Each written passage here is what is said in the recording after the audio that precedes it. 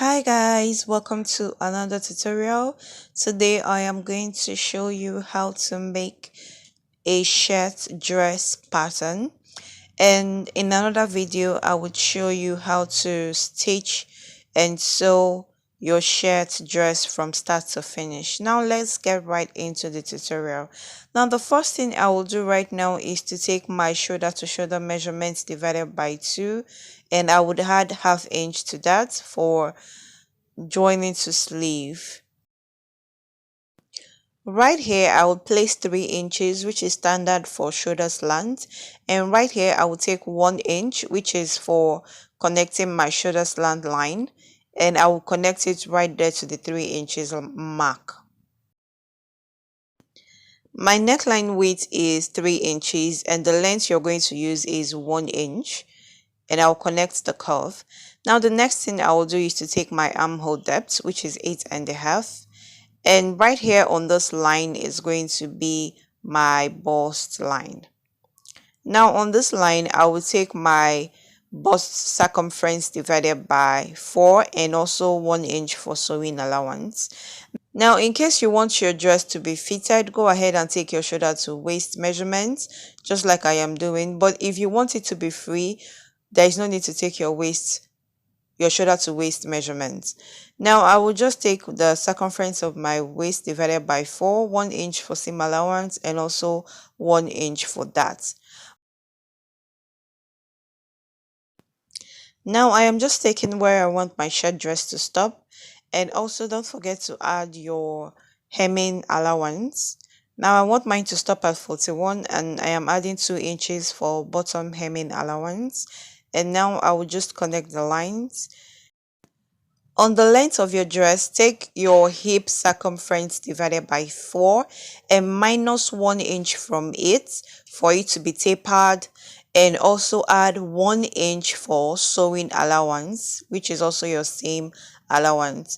Now, because I want this dress to be free, I am going to add 2 inches for ease. Now I am totally going to ignore this waist line measurement that I took because I decided to make my dress free. Now on the length I am going to take 2 inches also for ease because I want my shirt dress to be free, and now I will just connect the bust line to the length straight down. Now from this very point, I will take 3 inches upwards, and from this end, I will take 6 inches inwards, and I will just connect my curve so that my dress would have a little bit of curve right there at the bottom. Now I will find the midpoint of this and I would connect my armhole curve. Now remember that this is your back pattern. Now I will just go on and cut. And here you have your back pattern ready and set to cut on your fabric. Now the next thing we're going to do now is to measure 2.5 inches on this new pattern, which is going to serve as the front pattern. Now I have taken this mark, 2.5 inches mark, from top of my pattern to the bottom of my pattern. Now the next thing I am going to do right now is I am going to fold this line over. I am going to fold it in like this. Now for the neckline, you're going to be using 3 inches for the width of the neckline, and you're also going to use 3 inches for the length of the neckline. And the next thing you're going to do is to connect your curve, not the regular kind of curve. You're going to make it like a V kind of shape, like this. You're going to connect it like not the deep one, just like a V, like this. Very easy and simple. Now the next thing I am going to do right now is I am going to take my back pattern, which we just finished making, and just place it on top of this new pattern and just retrace everything.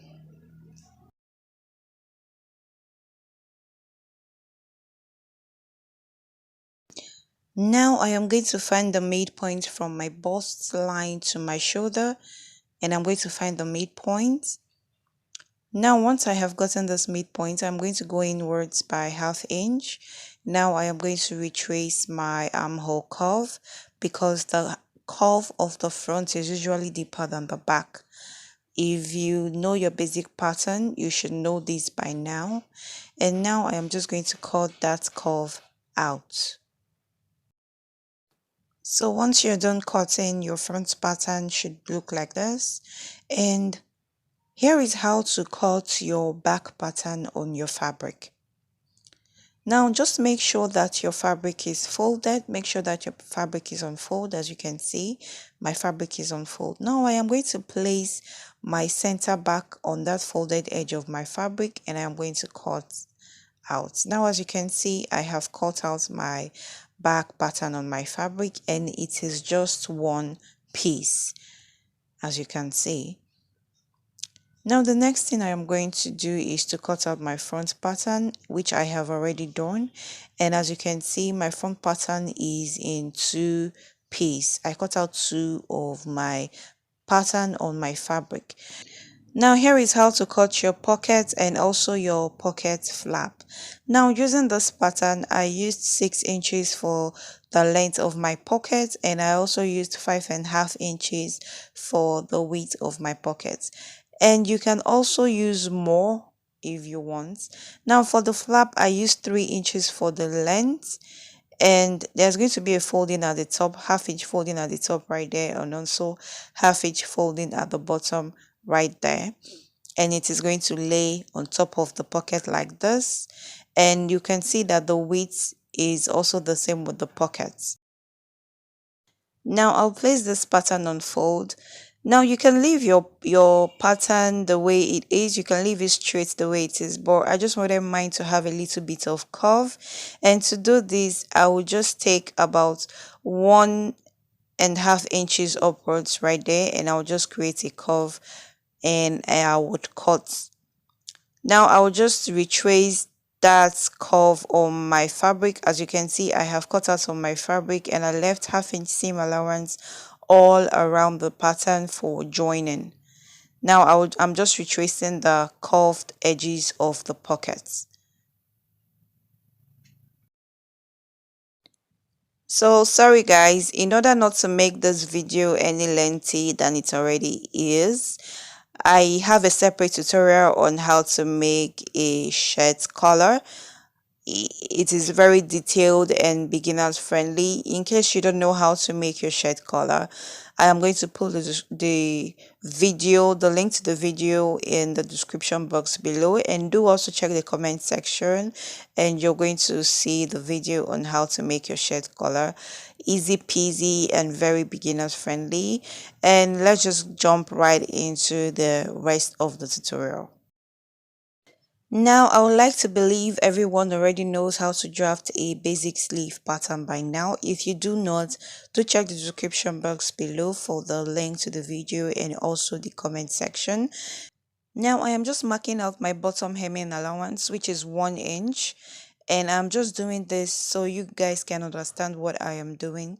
Now from this line, from that 1 inch line, I'm going to take 2.5 inches upwards, which is going to be for my sleeve cuff. Now I am going to cut that 2.5 inches out. Now here is my sleeve, and here is my sleeve curve, and now I want it to have a little bit of curve at the edges. And what I'm going to do is I'm going to take half inch downwards and half inch inwards, and I am just going to create a curve, a little bit of curve, and I will just cut that out. And now I have my sleeve cuff, and I'm going to cut this on my fabric, as you can see, and I left seam allowance at the sides, half inch seam allowance at the sides. And I have also ironed my interfacing on my sleeve curve. As you can see, I used the very softest interfacing, soft stay. And now for the sleeve, I am going to fold this fabric over like this. And I'm going to place my sleeve pattern. As you can see, it is on fold. I'm going to place the folded edge of my sleeve pattern to the folded edge of my fabric and pin.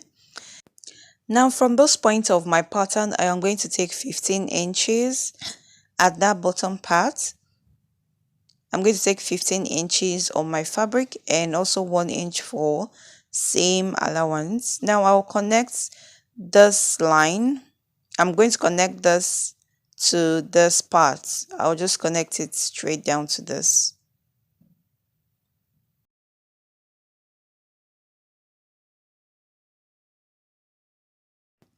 Now I am going to cut this out, and also I'm going to add ½ inch allowance at the top of my sleeve because I didn't add that same allowance while drafting my sleeve. I'm going to leave that allowance for joining to my shirt dress. And also, very importantly, do not forget to make a notch at the folded edge of your sleeve like I did, so as to get the middle part of your sleeve. Now I'll place my pattern on that notched part, on that notch I placed on my sleeve. I'll place this middle part of my pattern to that notched part, and now I am just going to retrace the curve of my sleeve because the curve of the back sleeve is usually shallow and the front sleeve is usually deeper, and I'll just retrace that and cut out. And here guys is your shirt dress pattern. If you like this video, do give this video a thumbs up and do subscribe to my channel for more DIYs and also fashion DIYs. See you in my next video. Bye.